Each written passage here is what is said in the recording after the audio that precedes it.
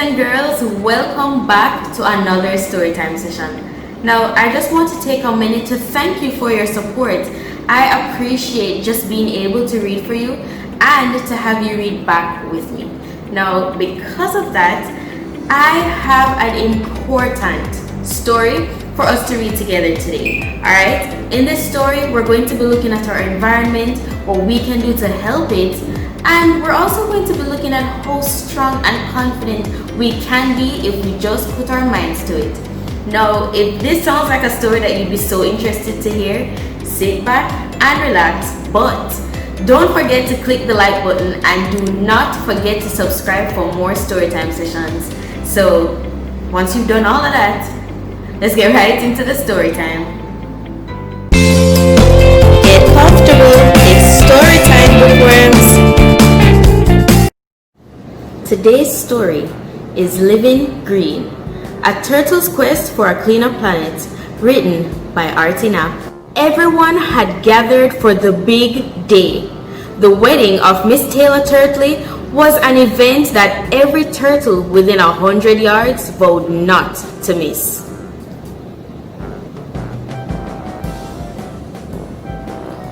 Everything had seemed perfect too, but then it happened. Litter suddenly blanketed the wedding party, even the bride and groom. Bags of trash had been thrown from the overpass that towered over the creek. But such behavior was no longer going to be tolerated, at least not by Taylor's brother Thurman. As Thurman glanced over at his sister, who was in tears, banana peels covered her wedding dress and shell.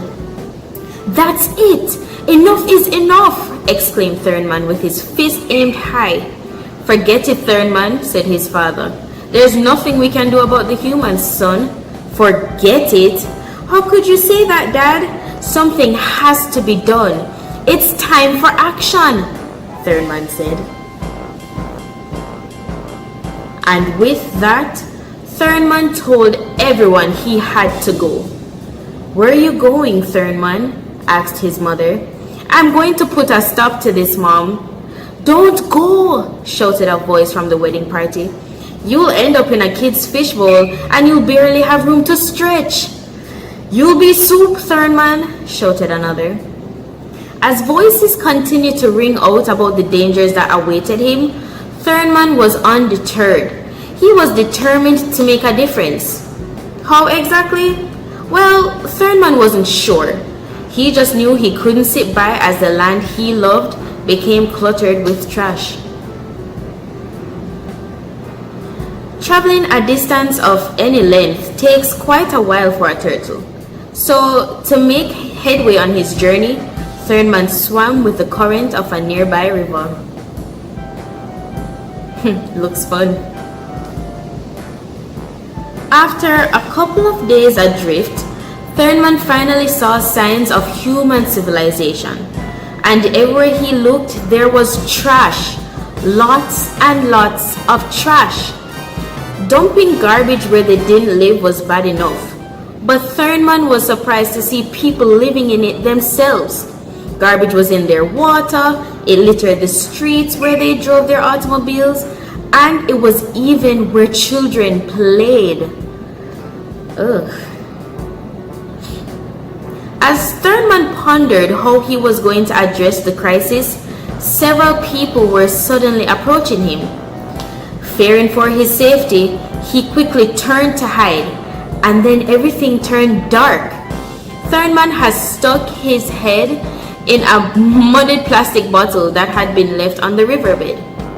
Eager to escape, he pulled with all of his might, but without success. A science teacher from a nearby elementary school was now standing close to the river with her students. They were on a field trip to help the environment. The children would be planting trees, and a local newspaper reporter was on hand to cover the event. "Okay, before we get started, who knows the answer?" asked Mrs. Thornberry. Several of the students raised their hands. "Yes, Susie," said Mrs. Thornberry. "It's our carbon footprint," said the young girl. "That's right, Susie, very good. Even though each and every one of us has our own carbon footprint, it affects everyone and everything around us. As her students began breaking ground to plant trees, Mrs. Thornberry continued to speak about the different effects that carbon footprints have on the environment. She reminded the children of the pollution that comes from factories and automobiles and the carbon dioxide that is released into the air because of them. By planting trees that day, the children would be combating carbon dioxide by putting more oxygen back in the air. Does everyone remember the 4 R's that we discussed in class? Asked Mrs. Thornberry. Yes, Mrs. Thornberry, said her students in unison. Rethink, reduce, reuse. But then young Robbie Percy shouted, recycle! Before any of the other students could say the last word.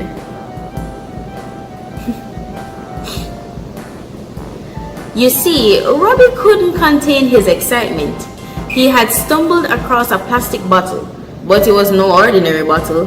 It had a turtle stuck in it. As everyone came over to view the bottle, Robbie held it up in the air for all to see. The local news reporter captured the moment with his camera. Wow, look at him, said Robbie. One by one, the students touched Thurman's shell. Even through his fear, Thurman felt comforted when hearing what the children were doing for the environment. The anger that had driven him to leave his home suddenly faded away. Because of the actions of the children that day, Thurman knew there was hope for a cleaner world. As Thurman began to feel his body being tugged, he feared the worst, and then suddenly the brightness of the sun shone over him. Can I keep him, Mrs. Thornberry? I don't think that's a good idea, Robbie. This is his home. He needs to be set free. Robbie sighed, but did as his teacher requested. He wiped the mud off of Thurman's shell and released him.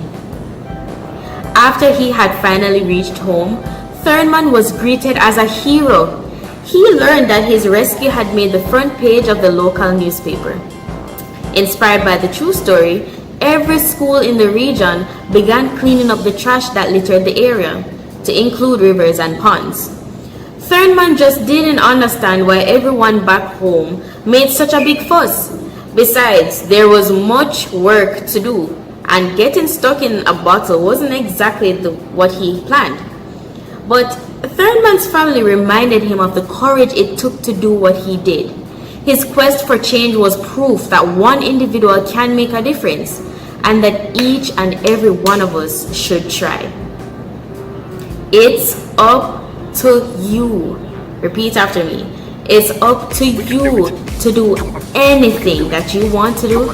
All you have to do is put your mind to it, work towards it, and then you can achieve it. Yippee! Well done.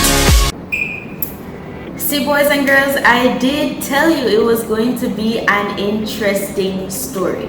Now, I saw some of you writing some of the words down, and I know you have some questions, but don't worry about it. We're going to jump right into our fun facts, and we're going to discuss everything that we need to know in this story. Alright? So just remember all the words. Look at your notes, because we're going to get right into our fun facts.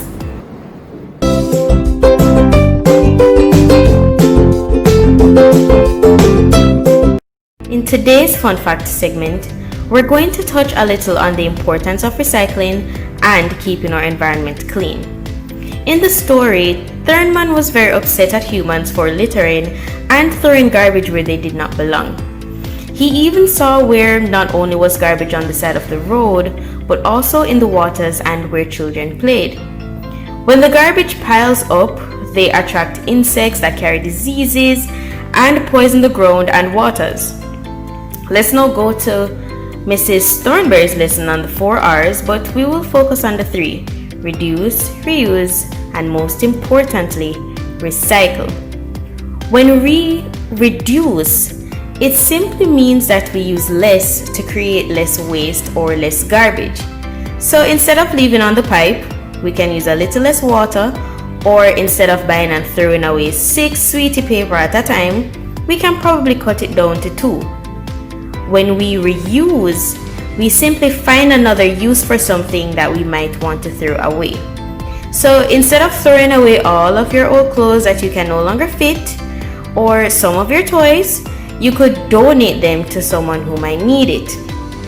Finally, when we recycle, we take old trash and make it into something new. So yes, all the plastic and glass bottles that mommy and daddy collecting, those can be reprocessed, cleaned up, and used again. So look out for the garbage bins with the recycle logo on it, and collect some glass bottles with your friends, some tin cans, plastic bags, old magazines, newspapers, and recycle them. Our home is important. Earth is our home, and we must take care of it. So you know what they say, not dirty up Jamaica and keep our island clean. Boys and girls, give yourself a round of applause. I know you would have learned so much in today's session, and I am so proud of you. So what I want you to do is I want you to share this video with your neighbor, your family member, your cousins, your friends from school. Let them know of the amazing things that you learned, and tell them that Miss Evans is still doing some amazing storytime session. But until I see you in our next storytime video, I want you to stay safe, everybody. Bye!